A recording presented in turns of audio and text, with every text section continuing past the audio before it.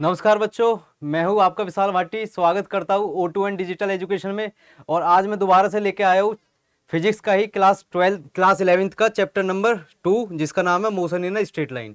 जैसे कि हम लास्ट वीडियो में देख चुके हैं, हमने स्टार्ट किया था motion in a straight line और उसमें कुछ टॉपिक्स देखे थे, जैसे डिस्प्लेसमेंट क्या होता है, डिस्टेंस क्या होता है, उनके बीच में डिफरेंसेस क्या होते हैं, डिस्टेंस, डिस्प्लेसमेंट।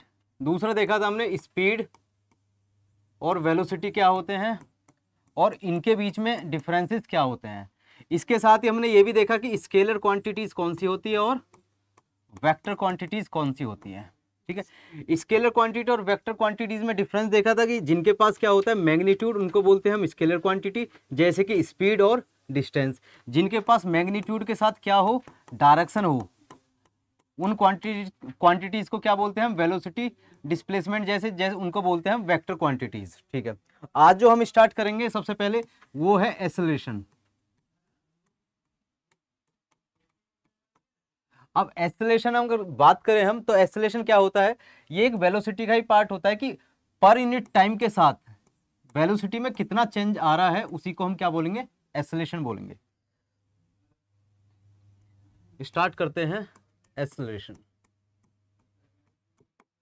अगर हम इसको डिफाइन करें एक लाइन में, तो सीधा सीधा एक्सेलरेशन क्या है, rate of change of velocity is called acceleration. अब rate of change of velocity की अगर बात कर रहे हैं, तो इसका मतलब एक्चुअल में क्या होगा, हम एक डिस्टेंस देखते हैं कि हमें किसी एक पॉइंट से ए से बी तक जाना है। हमने कोई अपनी जो इनिशियल स्पीड रहेगी उसको मान लो यू की कोई वैल्यू भी ले सकते हैं, मान लो 10 मीटर पर सेकंड की एक इनिशियल स्पीड लेके चले हैं हम। ठीक है, अब मैं क्या कर रहा हूँ, हर सेकंड इसको टाइम में हम डिफ्रेंशिएट कर लेंगे। 1 सेकंड, ये भी 1 सेकंड, ये भी 1 सेकंड, ये भी 1 सेकंड, 1 सेकंड। तो मैं क्या कर रहा हूं कि अगर मैंने इनिशिएट किया है 10 मीटर पर सेकंड से इस पोजीशन ए से, और मैं 1 सेकंड बाद अपनी स्पीड देखूं, कहीं मेरी स्पीड रही होगी 12 मीटर पर सेकंड, 12 मीटर पर सेकंड। तो मेरी जो स्पीड, या फिर मैं बोल सकता हूँ वेलोसिटी में जो चेंज हुआ है, इंक्रीज हुई है, उसी को क्या बोलते हैं हम, एक्सेलरेशन बोलते हैं। अब अगली सेकंड अगर देखूं मैं, तो मान लो और कुछ चेंज हुआ है, मान लो अब बन गए 14 मीटर पर सेकंड। अगली 1 सेकंड के बाद क्या हुआ, 16 मीटर पर सेकंड। अगली 1 सेकंड के बाद क्या हुआ, 18 मीटर पर सेकंड। और बी तक पहुंचते पहुंचते मान लो 20 मीटर पर सेकंड। तो मैं देख पा रहा हूं कि इनिशियल मेरी स्पीड कितनी थी, 10 मीटर पर सेकंड, और फाइनल मेरी स्पीड कितनी बैठ गई, 20 मीटर पर सेकंड। तो ये जो स्पीड में चेंजेस हुए हैं विद रेस्पेक्ट टू टाइम, इसी को हम क्या बोलते हैं, एक्सेलरेशन बोलते हैं। अगर मैं एक्सेलरेशन की बात करूं, तो ये भी हमारे स्पीड या वेलोसिटी की तरह दो तरीके के होंगे। एक होगा एवरेज एक्सेलरेशन और एक होगा इंस्टेंटेनियस एक्सेलरेशन। अगर मैं मीन वैल्यू की बात करूं कि एक पूरी जर्नी में डिफरेंट एक्सेलरेशन के साथ जो भी मैंने जर्नी की है, उसकी अगर मीन वैल्यू की बात करूं, तो उसको कंक्लूड क्या करूंगा मैं, कि वो क्या होगा, एवरेज एक्सेलरेशन होगा। बट अगर किसी भी पॉइंट ऑफ टाइम में जर्नी के हम देखें कि एक्सेलरेशन कितना रहा होगा, तो उसे हम बोलेंगे इंस्टेंटेनियस एक्सेलरेशन। ये किसी भी इंस्टेंट पे होगा और ये पूरी जर्नी के लिए होगा। तो इस तरीके से हम दोनों को डिफरेंशिएट कर सकते हैं कि एवरेज एक्सेलरेशन क्या होगा और हमारा इंस्टेंटेनियस एक्सेलरेशन क्या होगा। फिर इसके बाद rate of change of velocity हो गई हमारी। इसके बाद चीजें आती हैं कुछ इंपॉर्टेंट, जैसे कि यूनिफॉर्म एंड नॉन यूनिफॉर्म। अब पहले तो ये देखेंगे कि यूनिफॉर्म और नॉन यूनिफॉर्म का मतलब क्या है। अगर मैं यूनिफॉर्म की बात करूं, तो यूनिफॉर्म में क्या है कि कोई भी अगर चेंजेस हो रहे हैं, वो चेंजेस पोजीशन में हो, वो चेंजेस वेलोसिटी में हो, तो कोई भी चेंजेस, किसी भी तरीके की चेंजेस आ रहे हैं, पर वो जो इक्वल इंटरवल ऑफ टाइम में चेंजेस हो रहे हैं, वो कैसे होने चाहिए, सेम होने चाहिए। तो उस कंडीशन को हम क्या बोलेंगे, यूनिफॉर्म। अगर मैं बात करूं पोजीशन की, तो मान लो कोई एक बॉडी ए पॉइंट से बी पॉइंट, बी से सी, सी से डी, डी से ई और ये मान लो एफ, ये सारे differentiated 2 metre 2 metre 2 metre 2 metre 2 metre. अगर मैं बात करूं कि ए से बी तक जाने में मुझको 1 सेकंड लग रहा है, ठीक है, और डिस्टेंस कितनी कवर कर रहा हूं मैं, 2 मीटर। बी से सी जाने में भी मुझको क्या लग रहा है, 1 सेकंड लग रहा है, और कितना डिस्टेंस कवर कर रहा हूं मैं, 2 मीटर। सी से डी जाने में भी मुझे क्या लग रहा है, 1 सेकंड लग रहा है। डी से ई में भी 1 सेकंड, और ई से एफ में भी 1 सेकंड। तो इस टाइप की चेंज इन पोजिशन को हम क्या बोलेंगे कि ये क्या है, यूनिफॉर्म। यूनिफॉर्म मतलब कि इक्वल इंटरवल ऑफ टाइम में क्या हो रहा है, इक्वल डिस्टेंस चेंज हो रहा है, ठीक है। तो इसी को बोलते हैं हम यूनिफॉर्म स्पीड या फिर यूनिफॉर्म वेलोसिटी, कि जिसमें पोजीशन जो चेंज हो रही है वो इक्वल इंटरवल ऑफ टाइम में इक्वल पार्ट्स चेंज हो रहे हैं, तो उसी को हम क्या बोलेंगे, यूनिफॉर्म स्पीड या यूनिफॉर्म वेलोसिटी। इसी के साथ अगर मैं बात करूं नॉन यूनिफॉर्म की, तो एक दूसरा एग्जांपल देख लेते हैं।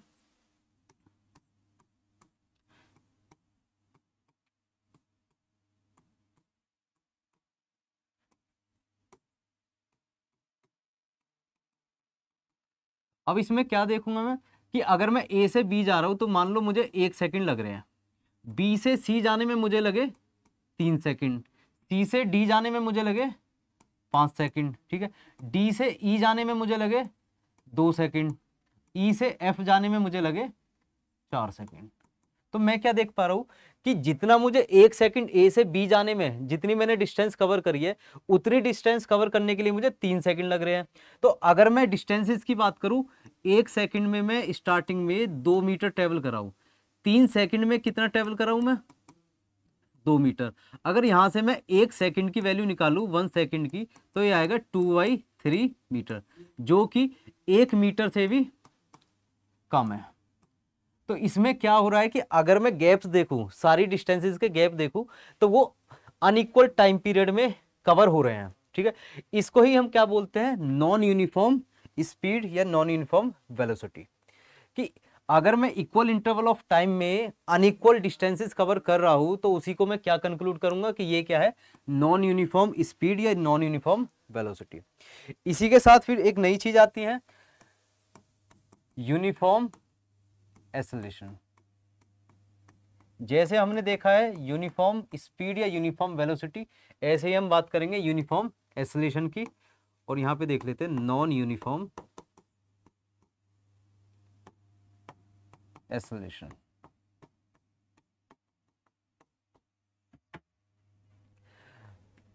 तो कोई एक ए बॉडी ए से बी तक ट्रेवल कर रही है, कोई एक डिस्टेंस है ए से बी तक, ठीक है। इस जर्नी में इसकी स्पीड जो है वेरी करी है, कहीं स्पीड ज़्यादा है कहीं कम है, ठीक है। तो उसका मतलब क्या है कि उसका जो एक्सेलरेशन है उसकी वैल्यू कहीं ज़्यादा है कहीं कम हो सकती है, मे बी। अगर मैं ए से और इस पॉइंट की बात करूँ, इसको मैं पार्ट्स में डिवाइड कर रहा हूँ, मान लो इसकी कोई स्पीड रही है 20 मीटर पर सेकेंड। ए से इस पॉइंट तक आने में इसकी कोई स्पीड हो गई है 30 मीटर पर सेकेंड। इस पॉइंट से अगले पॉइंट तक आने में स्पीड हो गई है 40 मीटर पर सेकेंड। नेक्स्ट 50 मीटर पर सेकेंड, देन 60 मीटर पर सेकेंड। तो ए से और बी तक जाने में इसकी जो स्पीड थी वो इंक्रीज हो गई है 20 से लेके हमारी 60 तक। अगर मैं इनके गैप्स की बात करूं कि मान लो ये कोई टाइम रहा होगा 5 सेकेंड्स, ये भी कोई टाइम रहा है 5 सेकेंड्स, 5 सेकेंड्स और 5 सेकेंड, तो इक्वल इंटरवल ऑफ टाइम है। और जो डिफरेंसेस आ रहे हैं, यहाँ भी डिफरेंस कितने का आया, 10 का, यहाँ डिफरेंस कितने का आया, 10 का, यहाँ भी डिफरेंस कितने का आया, 10 का, और लास्ट में भी ये भी डिफरेंस आया हमारा 10 का। तो जो इक्वल इक्वल इंक्रीज हुई है वैल्यूज किसकी, स्पीड या फिर वेलोसिटी की, टाइम के रेस्पेक्ट में, तो इसी को हम क्या बोलते हैं कि यही हमारा uniform acceleration. Equal interval of time में इक्वल स्पीड या इक्वल वेलोसिटी अगर इंक्रीज हो रही है डिक्रीज हो रही है, तो उसी को बोलते हैं यूनिफॉर्म एक्सेलरेशन। और अगर नॉन यूनिफॉर्म की बात करूं तो इक्वल टाइम इंटरवल में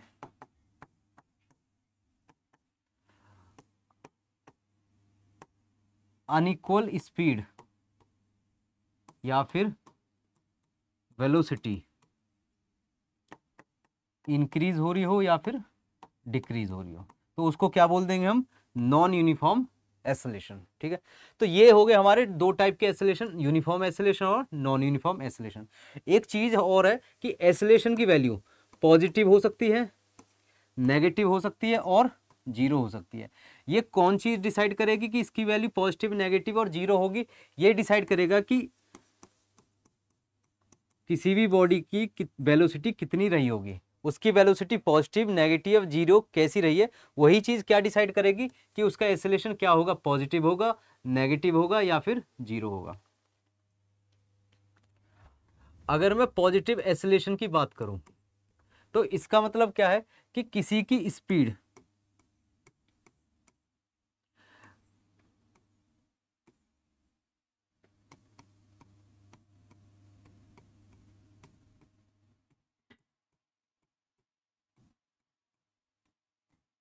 ठीक है जी, किसी की इनिशियल स्पीड 10 मीटर थी, 1 सेकंड बाद 20 हो गई, 1 सेकंड बाद 30, फिर 40 हो गई। तो इस कंडीशन में क्या हो रहा है कि इसकी स्पीड क्या है, इंक्रीज हो रही है। और कितनी से इंक्रीज हो रही है कि पर यूनिट टाइम के साथ ये 10 मीटर पर सेकंड इंक्रीज हो रही है। तो इस कंडीशन में जो एसिलेशन होगा वो होगा पॉजिटिव एसिलेशन। अगर मैं इसी को ही उल्टा कर दूं कि पहले किसी की स्पीड 40 थी, फिर हो गई 30, फिर हो गई 20, फिर हो गई 10। ठीक है, इस कंडीशन में जो स्पीड है, स्पीड की बात नहीं, वेलोसिटी की बात करेंगे। जो वेलोसिटी है इसकी, तो वेलोसिटी क्या हुई है, डिक्रीज हुई है। और जब वेलोसिटी डिक्रीज हो रही है तो एक जो कांस्टेंट एसिलेशन लग रहा है वो कैसा हो जाएगा, वो हो जाएगा नेगेटिव एसिलेशन। तो पॉजिटिव एसिलेशन क्या करता है, स्पीड या वेलोसिटी को इंक्रीज करता है, और नेगेटिव एसिलेशन क्या करता है, डिक्रीज करता है। दोनों में ये डिफरेंसेस है। अगर किसी एक जर्नी में किसी भी एक मोटर की, किसी भी एक बाइक की स्पीड जो है सेम रहती है, सेम स्पीड, इस कंडीशन में इसका एसिलेशन क्या कंक्लूड करा जाएगा, जीरो। इसको बोलेंगे जीरो एसिलेशन। अगर मैं एग्जांपल देता हूं तो हम अगर रेस्ट में है, बाइक पे बैठे हैं और बाइक को हम चलाने स्टार्ट करते हैं तो उसकी स्पीड 5, 10, 15, 20 इस तरीके से इंक्रीज होती जा रही है। तो उस कंडीशन में क्या है, उस कंडीशन में पॉजिटिव एसिलेशन हम प्रोवाइड कर रहे हैं बाइक को। अगर मैं एक स्पीड से चलता जा रहा हूं और मुझे कोई ब्रेकर या किसी कोई भी ऑब्जेक्ट आगे से आता हुआ दिख जाता है, तो उस कंडीशन में मैं क्या करूंगा, ब्रेक्स मारूंगा बाइक के या कार के। तो उस टाइम पे जो स्पीड को डिक्रीज कर रहा है तो वो क्या है, नेगेटिव एसिलेशन। नेगेटिव एसिलेशन का एक दूसरा नाम भी है जिसको बोलते हैं हम रिटार्डेशन। रिटार्डेशन, ये आ गया नेगेटिव एसिलेशन। अगर मैं बात करूं एसिलेशन इक्वल्स टू जीरो, तो हम कहीं भी ट्रेवल करते जा रहे हैं और हमारी स्पीड ना इंक्रीज हो रही है ना डिक्रीज हो रही है। जिस स्पीड में हम चल रहे हैं वो चलते जा रहे हैं, चलते जा रहे हैं। जैसे मान लो मैं अगर 50 की स्पीड से चल रहा हूं तो 1 सेकंड बाद भी वो 50 की स्पीड है, 2, 3, 4, 5 सेकंड बाद भी वो स्पीड सेम रही है। तो इस कंडीशन में मेरा एसिलेशन क्या होगा, एसिलेशन होगा जीरो। फिर आते हैं इस चैप्टर में कुछ इंपॉर्टेंट पार्ट है जैसे कि ग्राफ्स। सबसे इंपॉर्टेंट पार्ट है, किसी भी की बात करूं मैं, वेलोसिटी, स्पीड या फिर एक्सेलरेशन, डिस्प्लेसमेंट, तो उनमें ग्राफ रिप्रेजेंटेशन के भी क्वेश्चंस आते हैं। या फिर ग्राफ्स दे देते हैं, पूछ लेते हैं इसमें वैल्यूज बताओ एक्सेलरेशन की, वेलोसिटी की या डिस्प्लेसमेंट की। तो ग्राफ्स हम देखेंगे, पहले तो देखेंगे बेसिक्स। ठीक है, अब ग्राफ होते हैं दो तरीके के, एक होता है स्ट्रेट लाइन, एक होता है कर्व। ठीक है जी, इनिशिएट करेंगे हम स्ट्रेट लाइन से। तो एक जनरल इक्वेशन होती है स्ट्रेट लाइन के लिए, y equals to mx plus C. ये हमको डिफाइन करती है कि स्ट्रेट लाइन ग्राफ किस तरीके से फॉर्म होते हैं। ठीक है, अब इसमें y क्या है, x क्या है, m क्या है और c क्या है। तो आइए देखते हैं। एक हमने प्लेन ले लिया x और y प्लेन। ठीक है, ये हो गया x एक्सिस, ये हो गया माइनस x एक्सिस, ये y, ये माइनस।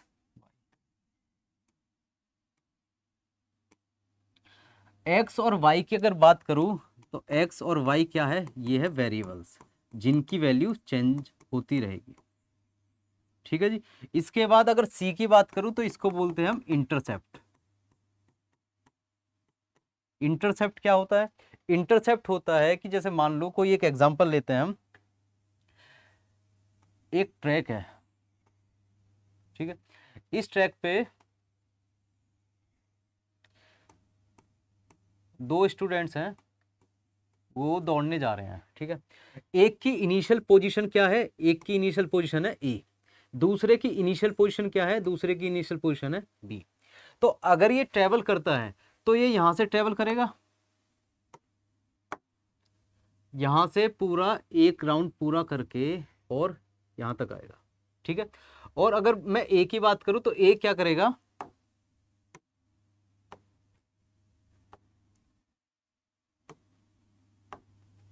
ए यहां से स्टार्ट करेगा अपनी रनिंग और पूरा एक राउंड पूरा करके यहां तक आएगा, ठीक है। अगर मैं इसकी बात करूं कि जो इंटरसेप्ट की वैल्यूज दिक्कत कर रही हैं, तो इसके लिए ये इनिशिएट जब किया है इसने, तो इतना गैप पहले से ही रहा है इसका, इसकी स्टार्टिंग पोजीशन ये रही है। अगर इसके कंपैरिजन में देखूं तो इतने का डिफरेंस रहा है इसका, इसको इतना बेनिफिट मिला है कि पहले ए से ये बी जो है इतनी डिस्टेंस आगे से ट्रेवल किया है।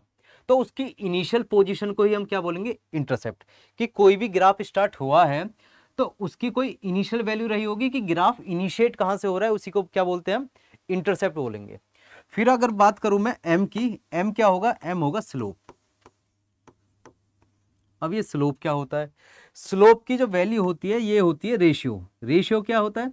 रेशियो होता है कि y अपॉन एक्स, कि जो भी हम दो क्वांटिटीज देख रहे हैं x में और y में, जो भी दो क्वांटिटीज को हम कंपेयर करके देख रहे हैं, किसी भी इंस्टेंट पे उनका जो रेशियो होगा वही हमें क्या डिफाइन कर देगा? वही हमें डिफाइन कर देगा स्लोप। जैसे कि वैल्यूज रख के देखते हैं। Let suppose c equals to 3, m equals to 1 और x की वैल्यू मानते हैं हम x, तो x और y को कंक्लूड कर लेते हैं।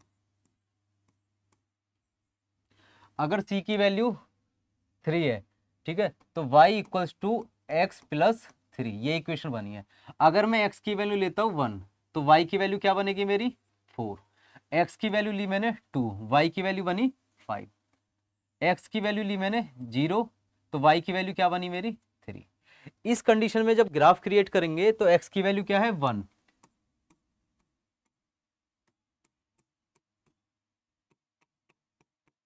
और 1 भी क्या है? प्लस की, तो ये आ गई पोजीशन। दूसरी है y की वैल्यू 4, तो 1 से 1 2 3 4 ये वैल्यू क्रिएट हो गई, ये वाली, ये तो पॉइंट आ गया यहाँ पे। दूसरी x की वैल्यू 2, y की वैल्यू 5, x की वैल्यू 2, y की वैल्यू 5, तो आ गई वैल्यू यहाँ पे।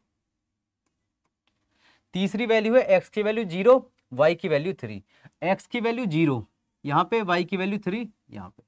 तो इसका जो ग्राफ आएगा वो आएगा इस तरीके से। तो ये जो वैल्यू है, जब x की वैल्यू 0 हमने मानी है तो y की वैल्यू जो क्रिएट हुई है 3, इसी को हम बोलते हैं क्या? इंटरसेप्ट। कि जब एक एक्सिस नहीं होता है तो उस टाइम पे दूसरी एक्सिस पे उसकी वैल्यू कहां से इनिशिएट होगी, वही क्या बोला जाएगा? हमारा इंटरसेप्ट बोला जाएगा। तो ये क्या आ गया मेरा? ये आ गया सी, ठीक है।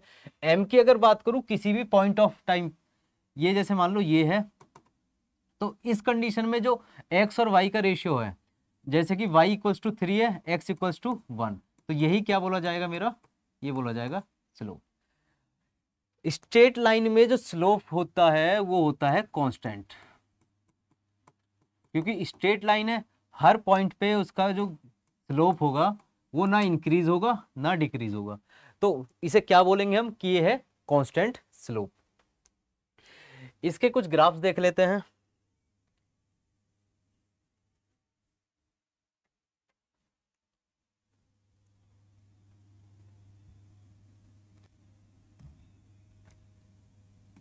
y equals to M X plus C. पहली कंडीशन लेते हैं कि व्हेन c इक्वल्स टू 0 और m equals to any positive number, ठीक है। तो y की वैल्यू क्या आ जाएगी? mx। इस कंडीशन में अगर मैं कोई भी ग्राफ कंपेयर करके देखता हूँ तो मेरा ग्राफ कहाँ से क्रिएट होगा? मेरा ग्राफ इनिशिएट होगा जीरो से। इसको बोलते हैं 0,0 और इसका नाम है ओरिजिन। तो अगर इंटरसेप्ट या सी की वैल्यू हमारी जीरो है तो हमारे ग्राफ्स कहाँ से क्रिएट होते हैं, जीरो से स्टार्ट होते हैं और चले जाते हैं जहाँ तक हमारी वैल्यूज लाई करती हैं। ये एक्स एक्सिस हो गया, ये वाई एक्सिस हो गया, ठीक है जी। तो इस कंडीशन में क्या है, हमारी स्लोप क्या है, कांस्टेंट है, स्लोप कांस्टेंट है, ठीक। फिर नेक्स्ट आता है और c equals to 0 and m equals to negative minus, ठीक है। इस कंडीशन में अगर ग्राफ में देखूं, ये हो गया मेरा y एक्सिस, ये हो गया मेरा x एक्सिस, ठीक है जी। तो अगर मैं बात करूं y equals to minus M X, कि अगर मैं x की वैल्यू कोई भी पॉजिटिव लूंगा तो y की वैल्यू क्या आएगी, नेगेटिव। और पॉजिटिव और नेगेटिव कौन से क्वाड्रेंट में जाता है, क्वाड्रेंट नंबर 4 में। तो पॉजिटिव वैल्यू x की होगी, y की होगी नेगेटिव। इस कंडीशन में मेरा ग्राफ जाएगा ये। तो यहाँ पे भी जो स्लोप होगी वो स्लोप क्या होगी, कांस्टेंट। बस डिफरेंस क्या है लास्ट वाले से, कि उसका स्लोप क्या था, उसका जो ग्राफ जा रहा था वो जा रहा है फर्स्ट क्वाड्रेंट में, ये ग्राफ जो जा रहा है वो जा रहा है फोर्थ क्वाड्रेंट में, ये डिफरेंस आएगा। नेक्स्ट कंडीशन आती है y equals to M X plus C की कंडीशन में c कोई भी पॉजिटिव नंबर है, ठीक है, और m इक्वल्स टू 0 है। तो y की वैल्यू क्या आ जाएगी, c आ जाएगी। इस कंडीशन में x की वैल्यू कुछ भी रखें हम तो y इक्वल्स टू c ही रहने वाला है। तो y इक्वल्स टू c ही रहेगा at any value of x। इसमें ग्राफ कैसे क्रिएट होगा, इसमें जो ग्राफ क्रिएट होगा वो हमारा ग्राफ बनेगा इस तरीके से, ठीक है। x की वैल्यू हम पॉजिटिव ले, x की वैल्यू हम नेगेटिव ले, हमारा ग्राफ x तक कट ही नहीं करेगा x को कहीं भी, और कहां से हो जाएगा, इसके x एक्सिस के पैरेलल हो जाएगा किसी भी पॉइंट पे जितनी हमारी वैल्यू है उससे, ठीक है। ये हमारा y है, ये हमारा x, ये हमारा माइनस x। अगर इसी कंडीशन में c की वैल्यू क्या होती, नेगेटिव, और m इक्वल्स टू क्या होता, 0, तो ये ग्राफ कहां से लाई करता, ये ग्राफ करता नीचे से लाई, ठीक है जी। तो ये आ गई हमारी थर्ड कंडीशन।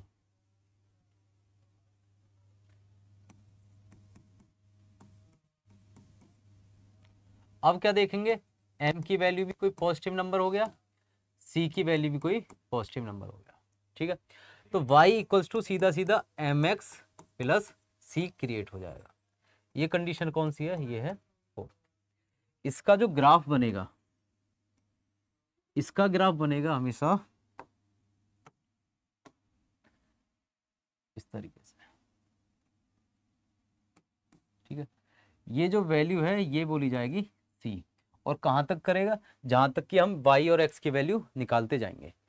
इसका भी स्लोप कैसा है, इसका भी स्लोप है एनी पॉइंट कांस्टेंट, ठीक है जी।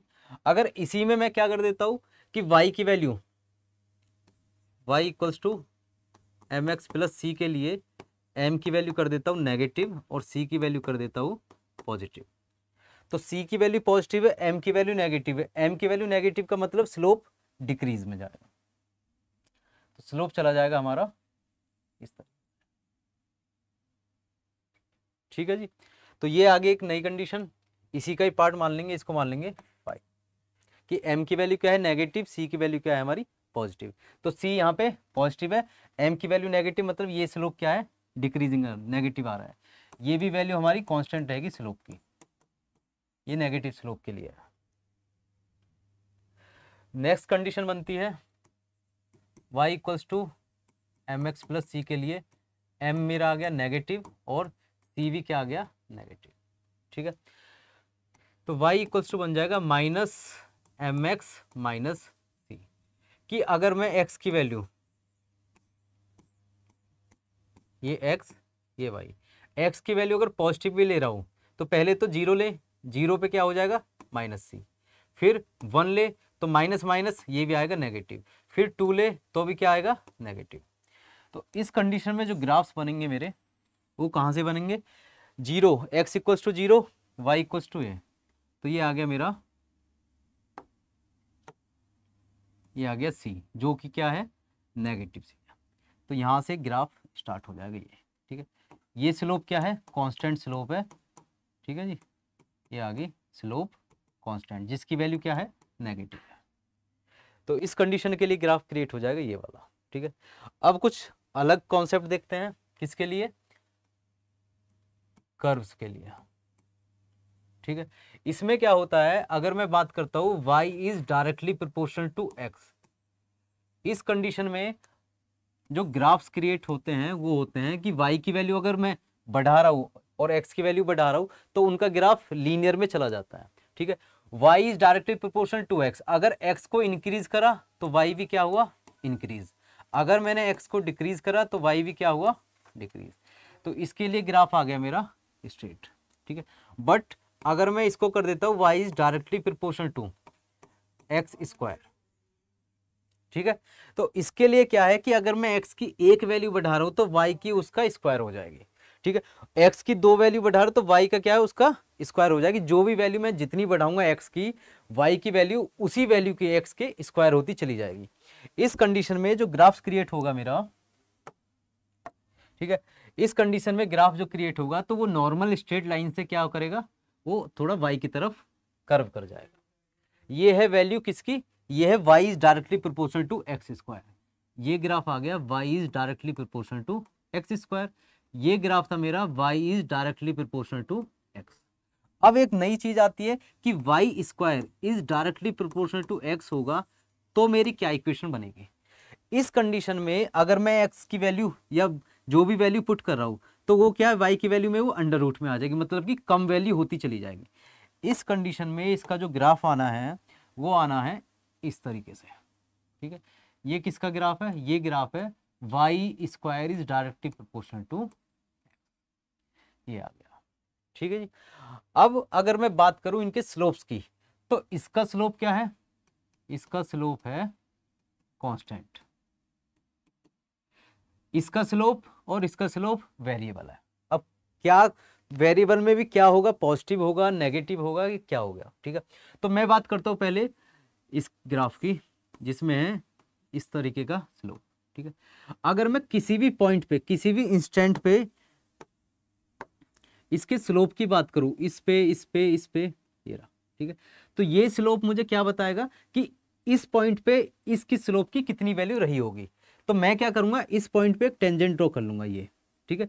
इसकी कोई एंगल बन रहा होगा, मान लो θ1, इस कंडीशन में कोई दूसरा एंगल बन रहा है, ये मान लो θ2, इस कंडीशन में कोई तीसरा एंगल बन रहा है, ये मान लो θ3।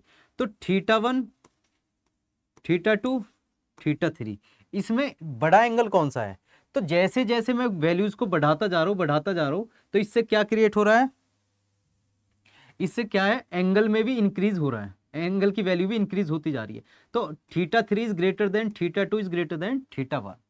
तो अगर मैं एंगल्स की बात करूं तो tan θ इक्वल होता है स्लोप के, और थीटा की जितनी वैल्यू तो उसमें tan θ की जितनी वैल्यू होगी उसकी स्लोप की वैल्यू भी उतनी ही ज्यादा होगी, ठीक है।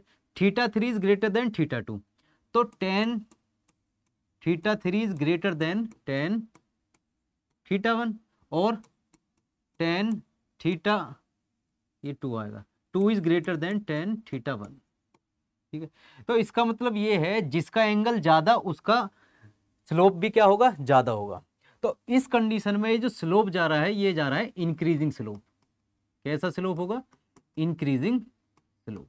क्यों, क्योंकि इसमें वैल्यू जो है एंगल की वो बढ़ती जा रही है, टाइम के रेस्पेक्ट में कह लो या फिर पोजीशन के रेस्पेक्ट में उसकी वैल्यू बढ़ती जा रही है हर पोजीशन पे। अगर मैं बात करता हूँ Y square is directly proportional to X, तो इसमें क्या है कि हर पॉइंट पे जो वैल्यू है वो क्या है डिक्रीज होती जाएगी। जैसे कि ये यहाँ पे कोई एंगल रहा होगा, इसका टेंजेंट मैंने ये ड्रॉ कर लिया, इसकी बात करूं इसका टेंजेंट ये हो गया, इसकी बात करूं इसका टेंजेंट ये हो गया। तो ये एंगल मान लो θ1, ये एंगल मान लो θ2 और ये एंगल मान लो थीटा 3। तो theta 1 is greater then theta 2 is greater then theta 3। तो इसमें क्या है कि हर पॉइंट पे जो एंगल है वो डिक्रीज होता जा रहा है, और जब एंगल डिक्रीज हो रहा है तो उसकी स्लोप क्या होगी, डिक्रीज होगी। तो ये कैसा है, ये है डिक्रीजिंग स्लोप, डिक्रीजिंग। तो ये कर्व्स में आते हैं तीन तरीके के, कि स्ट्रेट लाइन, ये स्ट्रेट लाइन आ गया, इसमें क्या होता है कांस्टेंट। कर्व में इंक्रीजिंग और डिक्रीजिंग स्लोप्स के दो ग्राफ बनते हैं, जिसमें की वैल्यू क्या होती है, y is directly proportional to X square, या फिर y square is directly proportional to X. ये आगे कर्व की कंडीशन। अब कुछ और ग्राफ्स देखते हैं, जैसे कि कर्व में ही y is directly proportional to 1/x। ये रिलेशन होता है कौन सा, इनवर्सली का। दोनों वेरिएबल्स में जो रिलेशन होता है वो कैसा होता है, इनवर्सली का रिलेशन होगा।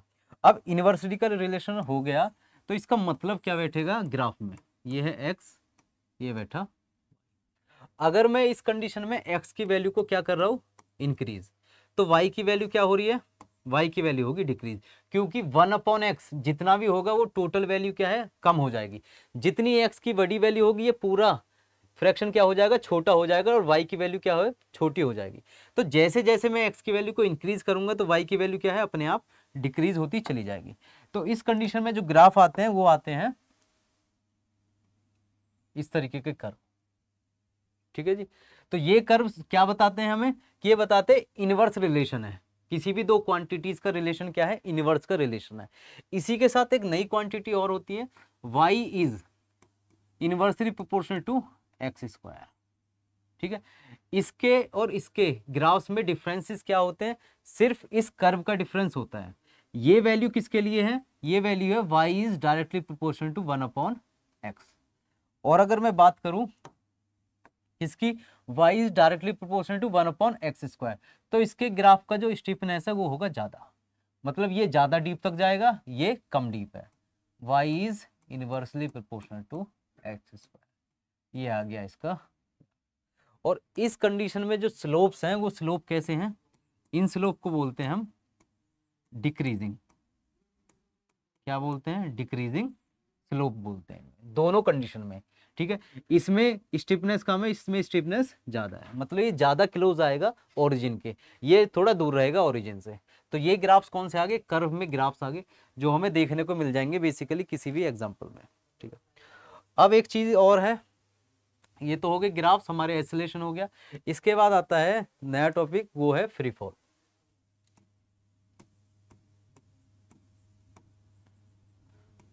देखिए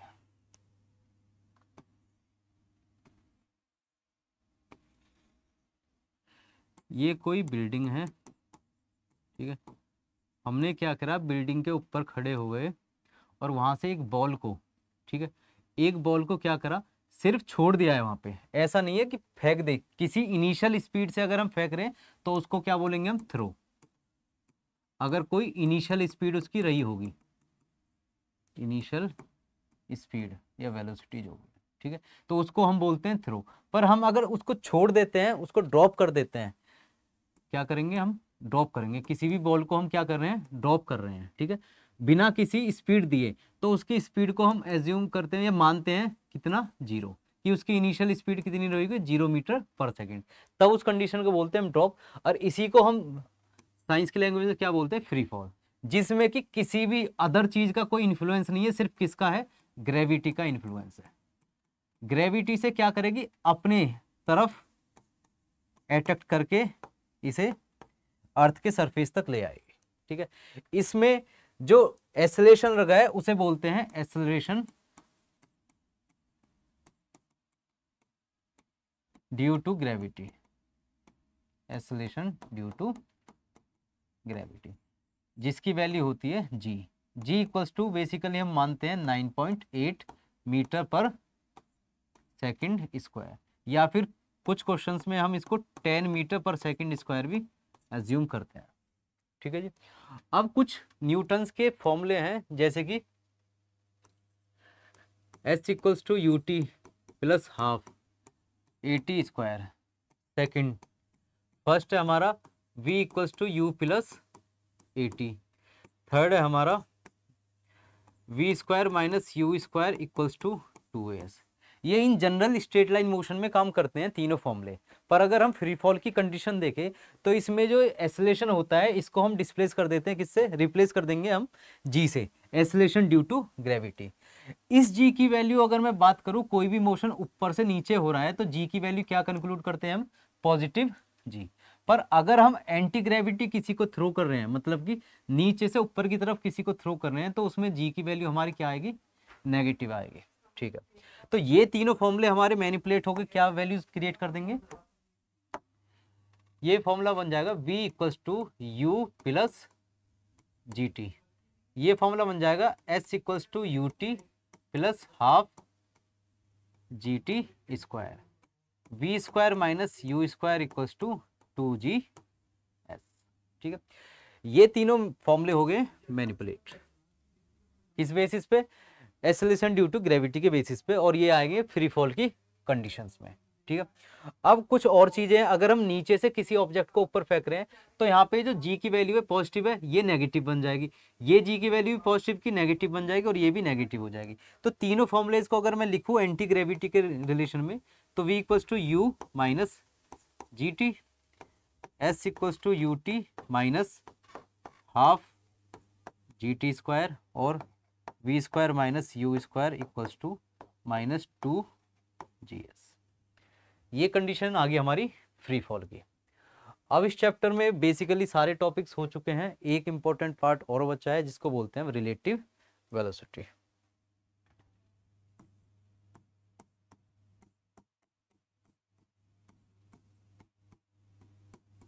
रिलेटिव वेलोसिटी, ठीक है। रिलेटिव वेलोसिटी समझने से पहले हम कुछ ग्राफ्स देखेंगे, किस चीज के,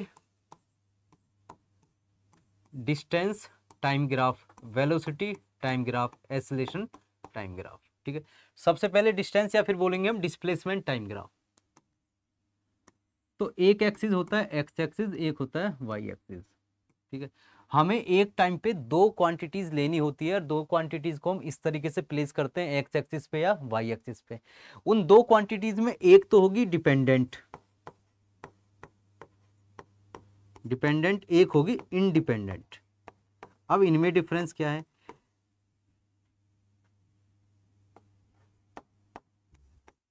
डिपेंडेंट और इंडिपेंडेंट। इंडिपेंडेंट क्वांटिटी को इस क्वांटिटी से कोई मतलब ही नहीं है, वो अपने आप ही चलती जाएगी। जैसे टाइम की हम बात करें तो टाइम क्या है, वेलोसिटी टाइम या डिस्प्लेसमेंट टाइम या एक्सेलरेशन टाइम की बात करूँ तो टाइम है एक इंडिपेंडेंट क्वांटिटी, जिसको एक्सेलरेशन या वेलोसिटी या डिस्प्लेसमेंट से कोई लेना देना है ही नहीं, वो अपनी वैल्यू अपने आप ही रखता है, अपनी वैल्यू चलाता जाता है। अगर मैं डिपेंडेंट की बात करूँ तो इसकी वैल्यू किस पे डिपेंड करेगी, इंडिपेंडेंट क्वांटिटी पे डिपेंड करेगी। जैसे डिस्प्लेसमेंट हो रहा है कहीं भी तो वो टाइम के रेस्पेक्ट में ही तो हो रहा होगा, वेलोसिटी अगर किसी की है तो वो किसके रेस्पेक्ट में, टाइम के, और एक्सेलरेशन भी कोई है तो वो किसके रेस्पेक्ट में, टाइम के। पर टाइम को डिस्प्लेसमेंट से कोई मतलब नहीं है, वेलोसिटी से कोई मतलब नहीं है, और एक्सेलरेशन से कोई मतलब नहीं है। तो ऐसे ही एक्स एक्सिस पे हम किसको रिप्रेजेंट करेंगे, इंडिपेंडेंट क्वांटिटी को। इंडिपेंडेंट क्वांटिटी रिप्रेजेंट कहां पे होगी, एक्स एक्सिस पे, और वाई एक्सिस पे किसको करेंगे, डिपेंडेंट। ठीक है जी, इंडिपेंडेंट और डिपेंडेंट क्वांटिटी। ठीक है, अगर मैं बात करता हूं एक्स टी ग्राफ, मतलब कि डिस्प्लेसमेंट टाइम ग्राफ, तो इस तरीके से उसको रिप्रेजेंट कर देंगे। ये है टाइम एक्स एक्सिस पे, ये आ गया मेरा एक्स जो कि है डिस्प्लेसमेंट। एक एग्जांपल देख लेते, कोई ग्राफ है, लीनियर ग्राफ है, ठीक है, जो डिस्प्लेसमेंट और टाइम ग्राफ रिप्रेजेंट कर रहा है, इसकी जो स्लोप होगी, किसकी, डिस्प्लेसमेंट और टाइम ग्राफ की जो स्लोप होगी, ये हमें क्या प्रोवाइड करेगी, ये प्रोवाइड करेगी हमें वेलोसिटी। मतलब कि जितनी ज्यादा इसकी स्लोप होगी, इसका मतलब उतनी ही ज्यादा इसकी वेलोसिटी होगी, जितनी कम इसकी स्लोप होगी उतनी ही कम इसकी वेलोसिटी होगी। तो ये ग्राफ किसका है, डिस्प्लेसमेंट और टाइम ग्राफ का। ठीक है जी, अगर मैं बात करूं वेलोसिटी और टाइम, तो एक ग्राफ और बना लेते हैं। ये मान लिया मैंने वेलोसिटी है, ये है टाइम। ठीक है, इसकी स्लोप हमें प्रोवाइड क्या कराएगी, इसकी स्लोप प्रोवाइड कराएगी एक्सेलरेशन। इसका मतलब कि कोई भी ऑब्जेक्ट, ठीक है, किसी वेलोसिटी से मोशन कर रहा है टाइम के रेस्पेक्ट में और वेलोसिटी की बात करूं मैं, उसका ग्राफ बना के देखूं, तो किसी भी पॉइंट ऑफ टाइम पे जो उसका स्लोप रिप्रेजेंट कर रहा है वो क्या रिप्रेजेंट करेगा, उसका एक्सेलरेशन रिप्रेजेंट करेगा। जितनी ज्यादा इसकी स्लोप की वैल्यू उतना ही ज्यादा इसका एक्सेलरेशन। तो हमें एक बेसिक चीज पता होनी चाहिए कि डिस्प्लेसमेंट, ठीक है, डिस्प्लेसमेंट और टाइम का ग्राफ क्या देता है हमें, वेलोसिटी, और उसमें भी क्या, स्लोप। डिस्प्लेसमेंट और टाइम की जो स्लोप होती है वो देती है हमें वेलोसिटी, वेलोसिटी और टाइम की जो स्लोप होती है वो देती है हमें एक्सेलरेशन। क्लियर है जी? ठीक है, ठीक है। डिस्प्लेसमेंट टाइम का ग्राफ की स्लोप क्या देगा हमें, वेलोसिटी, और वेलोसिटी टाइम का ग्राफ की स्लोप क्या देगी हमें, ये आ गई स्लोप, एक्सेलरेशन। और ऐसे ही अगर मैं एक्सेलरेशन और टाइम ग्राफ देखूं तो उसका जो एरिया होगा, क्या होगा, एरिया।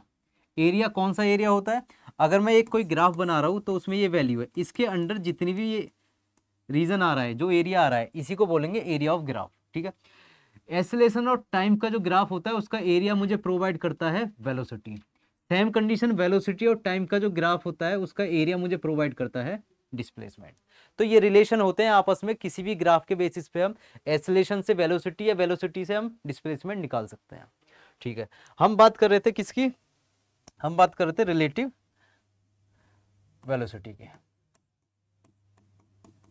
Relative velocity. इसके लिए ग्राफ देखेंगे कौन सा, displacement time graph, displacement time graph, ठीक है। ये है मेरी x की वैल्यू, ये है y की वैल्यू, ठीक है जी। एक कोई पर्सन है ए, एक कोई दूसरा पर्सन है बी, कोई मूव कर रहा है और उसका ग्राफ आ गया, ये आ गया मान लो ए का, ठीक है। वो कोई भी डिस्प्लेसमेंट करे किसी भी टाइम के रेस्पेक्ट में, इसको मान लो टाइम, इसको मान लिया मैंने डिस्प्लेसमेंट, ठीक है। कोई बी है तो वी क्या कर रहा है, वो डिस्प्लेसमेंट कर रहा है और उसका ये आ गया ग्राफ, ठीक है। अब मुझे बताना है कि ए के रेस्पेक्ट में with respect to B, A with respect to B, किसका मोशन ज्यादा है, किसका मोशन कम है। अगर मैं बात करता हूं ए और बी की, तो सबसे पहली कंडीशन है कि इनके स्लोप्स को देखेंगे, किसका स्लोप ज्यादा है, किसका स्लोप कम है। ये स्लोप किसका है, बी का है, ये स्लोप किसका है, ए का है। तो मुझे क्लियरली दिख रहा है slope of B is greater than slope of A, ठीक है। अगर मैं स्लोप की बात करूं, जिसका स्लोप ज्यादा होता है उसका डिस्प्लेसमेंट और टाइम देता क्या है, वेलोसिटी देता है। जिसका स्लोप ज्यादा हुआ उसकी वेलोसिटी ज्यादा हुई, तो मैं क्या मेजर कर लूंगा कि velocity of B, velocity of B is greater than velocity of A. Graph को देखते ही हमें वैल्यू पता चल जानी चाहिए कि वेलोसिटी अगर पूछी है डिस्प्लेसमेंट और टाइम ग्राफ में, तो जिसका स्लोप ज्यादा होगा उसकी वेलोसिटी भी ज्यादा होगी, जिसका स्लोप कम होगा उसकी वेलोसिटी भी कम होगी, ठीक है। अब इसी चीज को मैं अगर देखूं वेलोसिटी और टाइम ग्राफ में, ठीक है, कोई रिप्रेजेंटेशन होगी कि मान लो ये कोई ए है, ये कोई बी है, ये ए ये बी, फाइंड द एक्सेलरेशन, किसका एक्सेलरेशन ज्यादा है, ए का बी का। तो क्लियरली मुझे स्लोप किसकी ज्यादा दिख रही है, क्लियरली मुझे स्लोप दिख रही है कि ए की स्लोप क्या है, ज्यादा है, slope of A is greater than slope of B. तो एक्सेलरेशन किसका ज्यादा हुआ, acceleration of A is greater than acceleration of B, ठीक है जी। तो ये क्या आ गए हमारे रिलेटिव वेलोसिटीज आ गई कि दो बॉडीज को कैसे हम रेस्पेक्ट में, एक दूसरे के रेस्पेक्ट में मेजर कर सकते हैं, कंपेयर कर सकते हैं उनके वेलोसिटीज को, उनके एक्सेलरेशन को। या हमारे पास वो डिस्प्लेसमेंट टाइम ग्राफ हो या हमारे पास वो क्या हो, वेलोसिटी टाइम ग्राफ हो, ठीक है। बेसिकली जो कॉन्सेप्ट थे वो इस चैप्टर के कंप्लीट हो चुके हैं। अब इस चैप्टर के अगर जो प्रॉब्लम्स बनेंगे तो एक हम वीडियो बनाएंगे न्यूमेरिकल्स की, फिजिक्स के चैप्टर नंबर 2 के न्यूमेरिकल्स की, उसमें हम डिस्कस करेंगे जो भी प्रॉब्लम्स आएंगी हमारी या जो भी हमारे छोटे मोटे टॉपिक्स बचे हैं उन सारी चीजों को, ठीक है। नेक्स्ट चलते हैं काइनेमेटिक्स,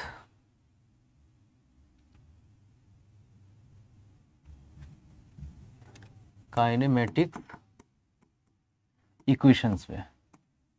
अब काइनेमेटिक इक्वेशंस हमने मोशन की इक्वेशंस देखिए, 3 इक्वेशन होती है, जैसे कि v equals to U plus A T, S equals to U T plus half A T square, और V square minus U square equals to 2as। अब v क्या है? v होता है हमारा final velocity, final velocity. u equals to होता है initial velocity, जिस स्पीड से वो किसी भी मोशन को स्टार्ट कर रहा है, इनिशियल वेलोसिटी, ठीक है। s होता है डिस्प्लेसमेंट, मोशन के दौरान उसने कितना पोजीशन डिस्प्लेस किया है, उसी को बोलते हैं हम s। a इक्वल्स टू होता है एक्सेलरेशन, और एक्सेलरेशन भी कौन सा वाला? Uniform acceleration. कौन सा? यूनिफॉर्म एक्सेलरेशन, ठीक है।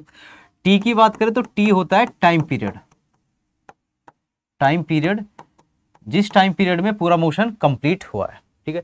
तो ये हमें प्रूव करने हैं काइनेमेटिक इक्वेशंस 2 मेथड से। एक मेथड होता है ग्राफिकल मेथड, एक होता है ग्राफिकल मेथड, सेकंड होता है कैलकुलस, कैलकुलस मेथड, ठीक है। आइए देखते हैं, सबसे पहले स्टार्ट करेंगे हम ग्राफिकल मेथड से। कौन सा मेथड? Graphical method.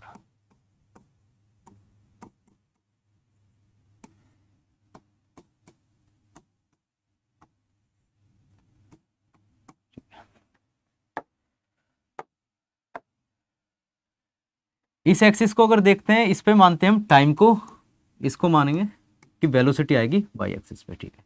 मोशन हम स्टार्ट करेंगे एक पॉइंट से और सीधा स्ट्रेट लाइन ग्राफ बनाएंगे, ठीक है।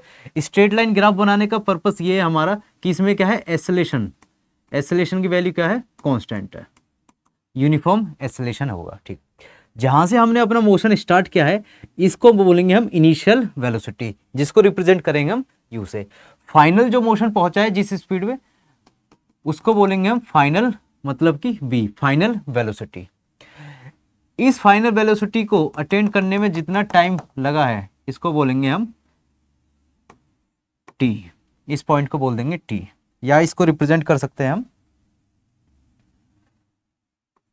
t से, ठीक है। अगर मैं बात करूं कि ये इनिशियल वेलोसिटी, ये फाइनल वेलोसिटी, और ये हो गया हमारा टाइम पीरियड, तो वेलोसिटी और टाइम का, वेलोसिटी और टाइम का जो ग्राफ होता है, ठीक है, इसको अगर मैं स्टडी करूं तो इसकी स्लोप हमें क्या देती है? इसकी स्लोप हमें प्रोवाइड करती है एक्सेलरेशन। क्या देगी? एक्सेलरेशन देगी हमेशा, ठीक है। कोई भी वेलोसिटी टाइम ग्राफ होता है तो उसकी स्लोप हमेशा क्या प्रोवाइड करती है? एक्सेलरेशन प्रोवाइड करती है। अगर मैं एक्सेलरेशन की वैल्यू देखूं तो किसी भी पॉइंट पे एक्सेलरेशन देखेंगे, अगर हम जैसे मान लो ये पूरा मोशन हुआ है, ठीक है, तो फाइनल जो एक्सेलरेशन देखूं मैं, तो इसकी वैल्यू क्या आएगी? फाइनल आएगी v minus U upon T, मतलब कि मोशन यहां से स्टार्ट हुआ यहां तक। इस ट्रायंगल की बात कर रहा हूं, ये जो ट्रायंगल मुझे दिख रहा है यहां से यहां तक, ठीक है। इसमें यहां से इस पोजीशन से इस पोजीशन की बात करूं तो ये आ गया एक तरीके से परपेंडिकुलर, इस पोजीशन की बात करूं तो ये आ गया बेस। तो अगर मैं एक्सेलरेशन निकालूंगा तो एक्सेलरेशन के लिए सीधा फॉर्मूला कौन सा लगाऊंगा? Tan theta. Tan theta equals to क्या होता है? Perpendicular upon base. यहाँ पे परपेंडिकुलर की वैल्यू क्या बैठेगी? टोटल बी में से अगर मैं यू की वैल्यू माइनस कर दूं तो मेरे पास क्या वैल्यू आ जाएगी? ये परपेंडिकुलर आ जाएगी। पी इक्वल्स टू आ गया वी माइनस यू। बेस की बात करूं तो ओरिजिन से टाइम पीरियड था टी, तो टोटल वैल्यू कितनी आ गई मेरी? टी आ गई ये, ठीक है।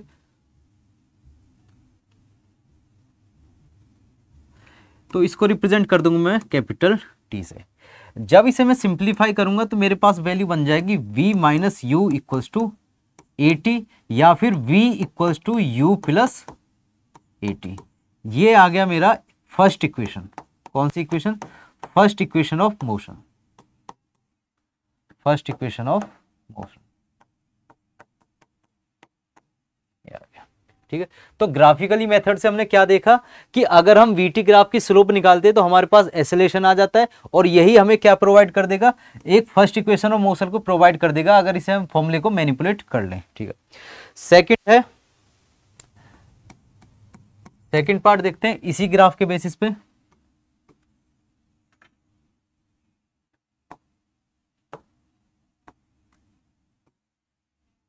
ये हमारी वैल्यू है u, ये फाइनल जो वैल्यू पहुंची है इसको क्या बोलेंगे v, यहाँ से ये जो वैल्यू बनी है टाइम पीरियड इसको बोल दिया मैंने t। ये आ गया मेरा टाइम, ये ओरिजिन, ये आ गई मेरी वेलोसिटी। ठीक है जी। तो अगर मैं बात करूं कि वेलोसिटी और टाइम ग्राफ, अगर इसकी वैल्यू में देख रहा हूं तो वेलोसिटी और टाइम ग्राफ का जो एरिया होता है वो मुझे क्या प्रोवाइड करता है, वो मुझे प्रोवाइड करेगा डिस्प्लेसमेंट।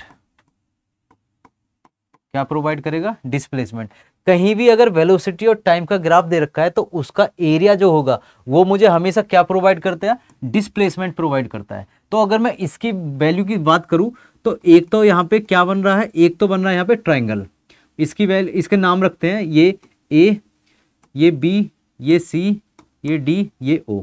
ठीक है, एक तो बन रहा है यहाँ पे ट्राइंगल, ट्राइंगल हो गया triangle A B C.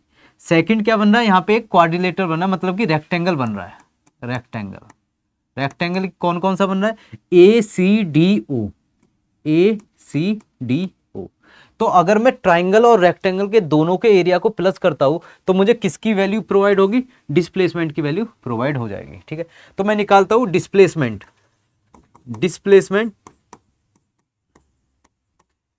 Equals to area of triangle, area of triangle ABC plus area of rectangle, rectangle कौन सा, ए सी डी ओ। ठीक है, तो मेरे पास क्या आ जाएगा, डिस्प्लेसमेंट आ जाएगा।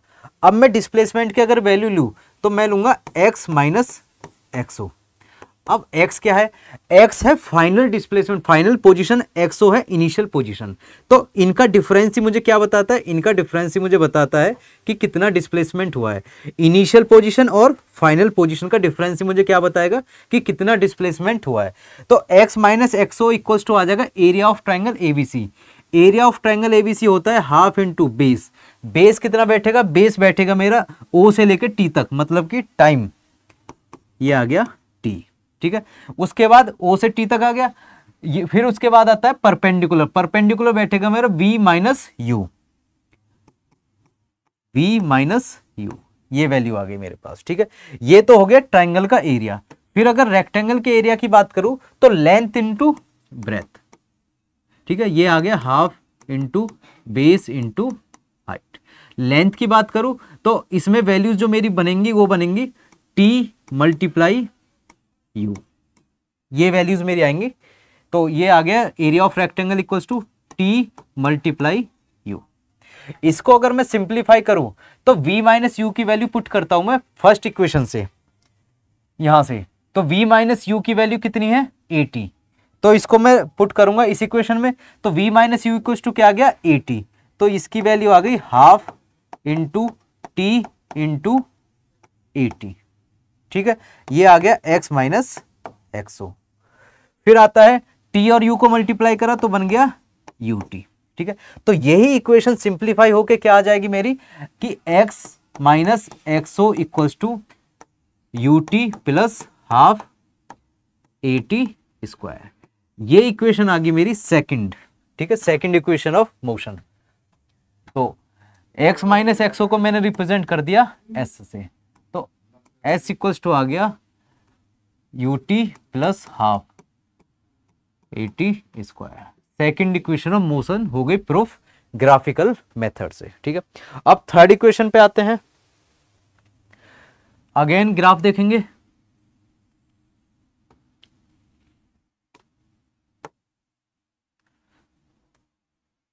ये आ गया मेरा ग्राफ, ये v, ये u, यहां से यहां तक जो वैल्यू आई है मेरी,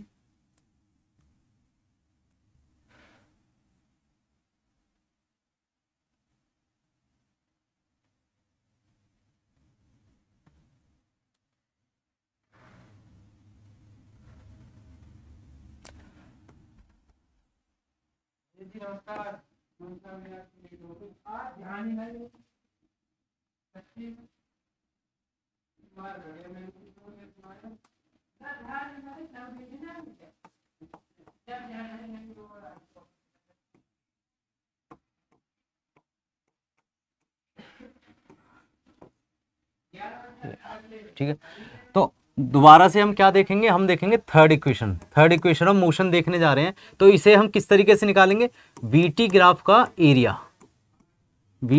का एरिया हम यूज करेंगे किसे निकालने के लिए, थर्ड इक्वेशन ऑफ मोशन को निकालने के लिए। तो फर्स्ट टाइम हमने देखा था कि इसको हमने कन्वर्ट कर लिया था एक ट्रायंगल में और एक रेक्टेंगल में। इस टाइम पे हम क्या करेंगे, इसको एक एज्यूम करेंगे क्या, एक ट्रेपीजियम, ठीक है। एक ट्रेपीजियम होता है कुछ इस तरीके से, जिसकी ये साइड पैरेलल होती है इसके और ये नॉन पैरेलल साइड्स होती हैं। इनके बीच में एक गैप होता है जिसको बोल दिए हाइट, ठीक है। तो एरिया ऑफ पैरेललोग्राम क्या होता है, एरिया ऑफ ट्रेपीजियम क्या होता है, half into sum of parallel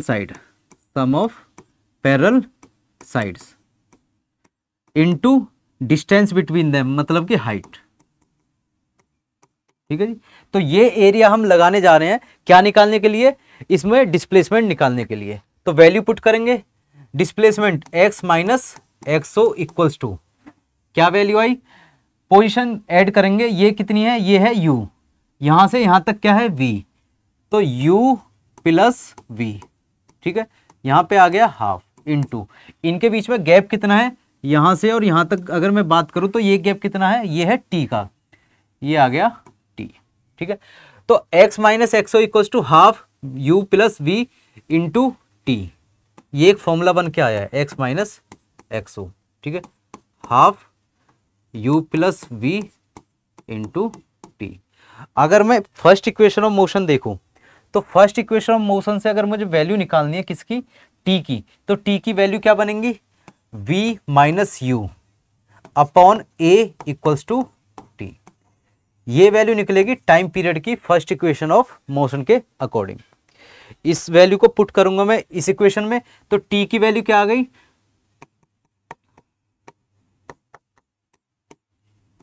v minus U upon a, ठीक है।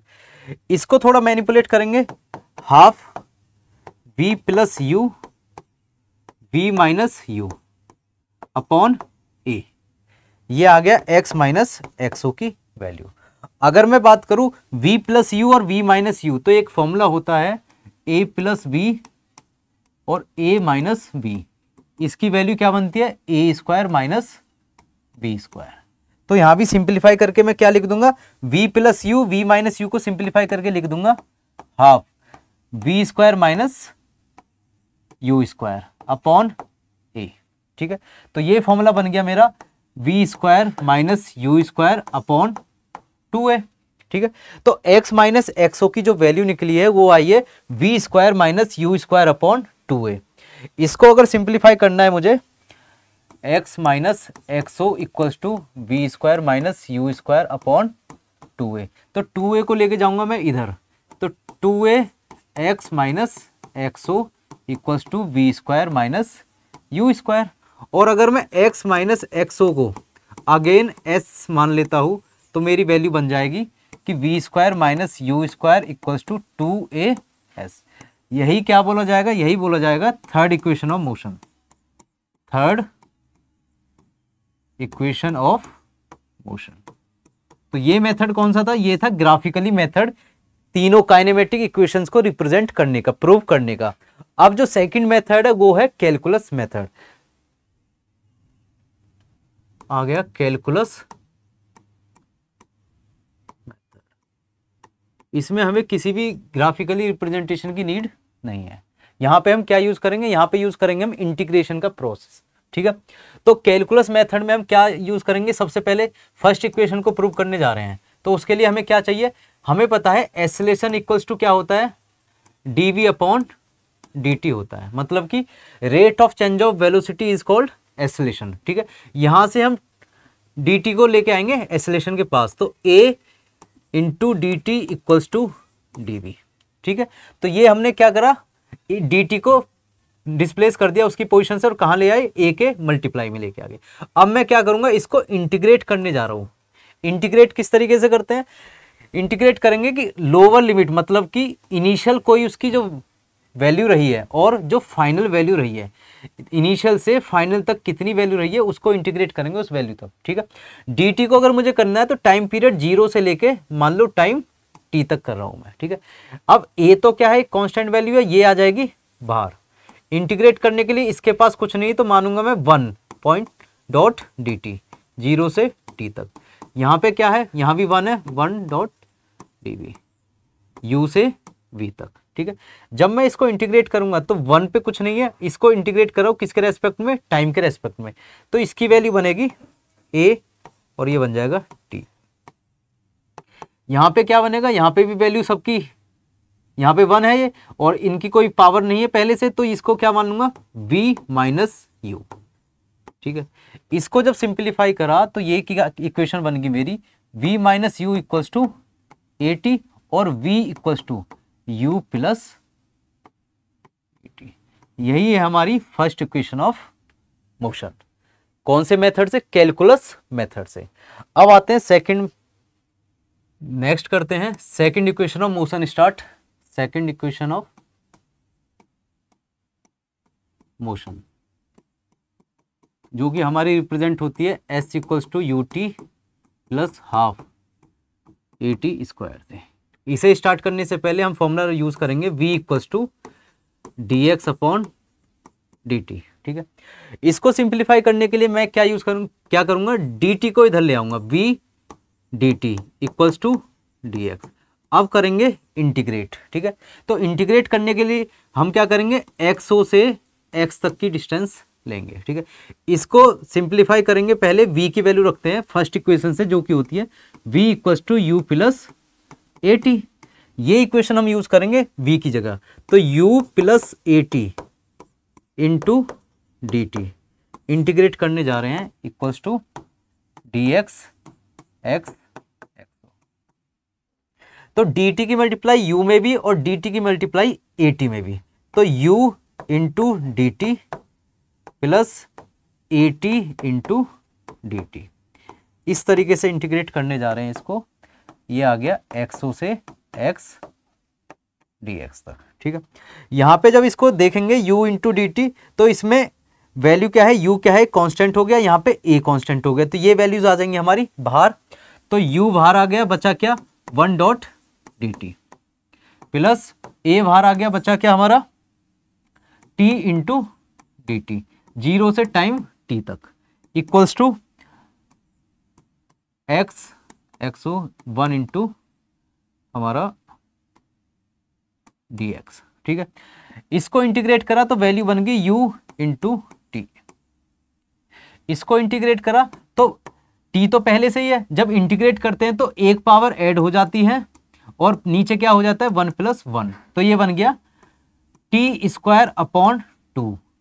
यहाँ पे वैल्यू आई x माइनस एक्सो। तो फाइनलाइज जब हम इसको करेंगे तो x minus X O equals to क्या बना, U T plus half A T square.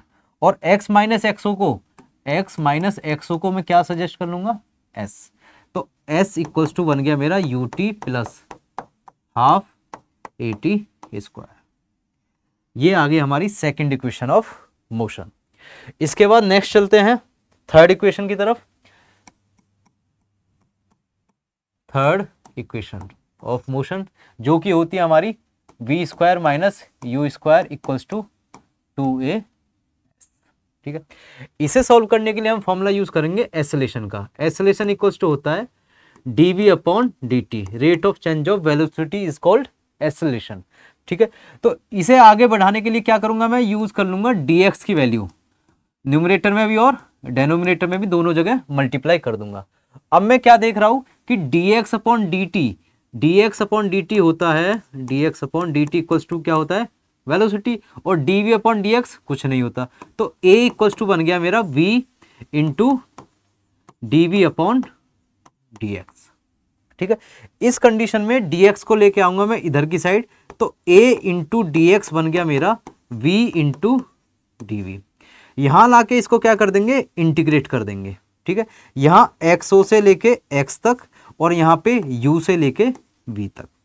आगे क्या होगा, a तो आ जाएगा बाहर, फिर बचा क्या 1 इंटू डी एक्स, एक्स और एक्सो इक्वल्स टू, ये वैल्यू बनेगी मेरी v into D V, V upper limit u lower limit. तो इसकी पहले से ही पावर 1 दे रखी है, तो इसमें क्या हो जाएगा 1 + 1 अपॉन 1 + 1 और फाइनल माइनस इनिशियल। तो मेरी वैल्यू आ जाएगी a x minus X O equals to v² upon 2 minus u² upon 2। ठीक है, तो a की value a x minus X O equals to, ये आ गया एलसीएम कॉमन तो आ गया नीचे 2 v² माइनस u², 2 को ले आओ इधर तो 2a x minus X O equals to क्या निकल के आ गया v² माइनस u²।